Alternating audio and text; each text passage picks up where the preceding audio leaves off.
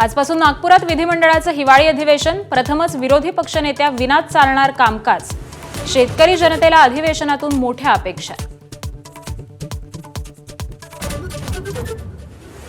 IAS अधिकारी तुकाराम मुंढेंना निलंबित करण्याची मागणी भाजप आमदार लक्षवेधीद्वारे करणार।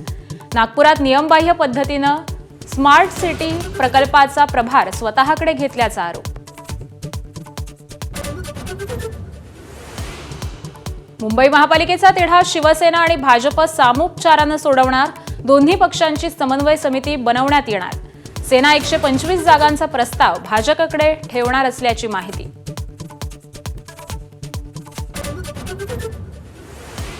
महाराष्ट्राचं शक्ती विधेयक केंद्रानं नाकारलं। मुख्यमंत्री देवेंद्र फडणवीसांची माहिती।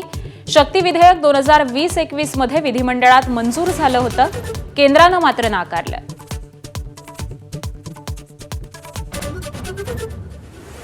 पीएम किसान सन्मान योजनेतून राज्यातले हजारो लाभार्थी शेतकरी वगळले। आधार आणि ई-केवायसी रखडल्यानं नागपूर जिल्ह्यातून 9161 लाभार्थी वंचित। ई-केवायसी केल्यावरही अनेकांना पुढील हप्त्याचा निधी नाहीच। नगरविकास विभागाकडून मुंबईतील सायनचा 2 एकर भूखंड विहिपला भाडे तत्वावर देण्याचा शासन निर्णय जारी। एकर कमी 9,07,00,000चा प्रीमियम तर दरवर्षी 10,186 रुपये भाडं। सर्व स्तरातून विरोध वाढल्यामुळे पालिका प्रशासनाचं काही पर्यावरण प्रेमींना आज चर्चेसाठी आमंत्रण। चर्चेतून पालिका प्रशासनाची भूमिका आणि वृक्षतोडीचं कारण समजून घेणं महत्त्वाचं ठरणार। बेळगावातील मराठी भाषिकांच्या मेळाव्यास कर्नाटक सरकारनं परवानगी नाकारली। राजकीय पक्षांसह शिवसेना नेत्यांनाही बंदी।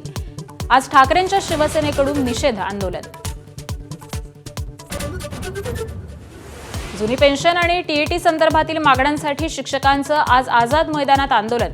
अधिवेशनाच्या पहिल्याच दिवशी विविध मुद्दे आणि मागण्या यावर लक्ष वेधण्यात येणार।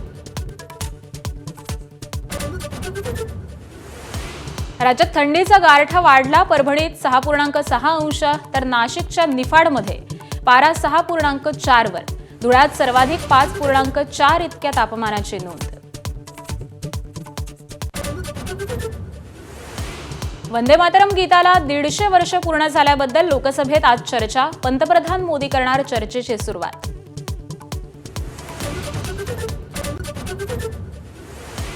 गोवा नाईट क्लब अग्निकांड प्रकरणी मुख्य मॅनेजरसह 4 आरोपींना अटक। तपासासाठी गोवा सरकारकडून सत्यशोधन समिती स्थापन।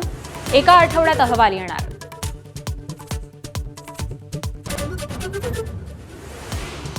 फडणवीस सरकारच्या वर्षपूर्तीच्या पार्श्वभूमीवर उपराजधानी नागपुरात माझा विजन।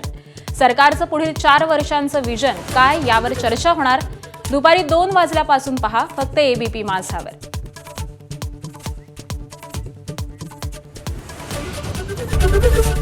एबीपी माझा, उघडा डोळे बघा नीट।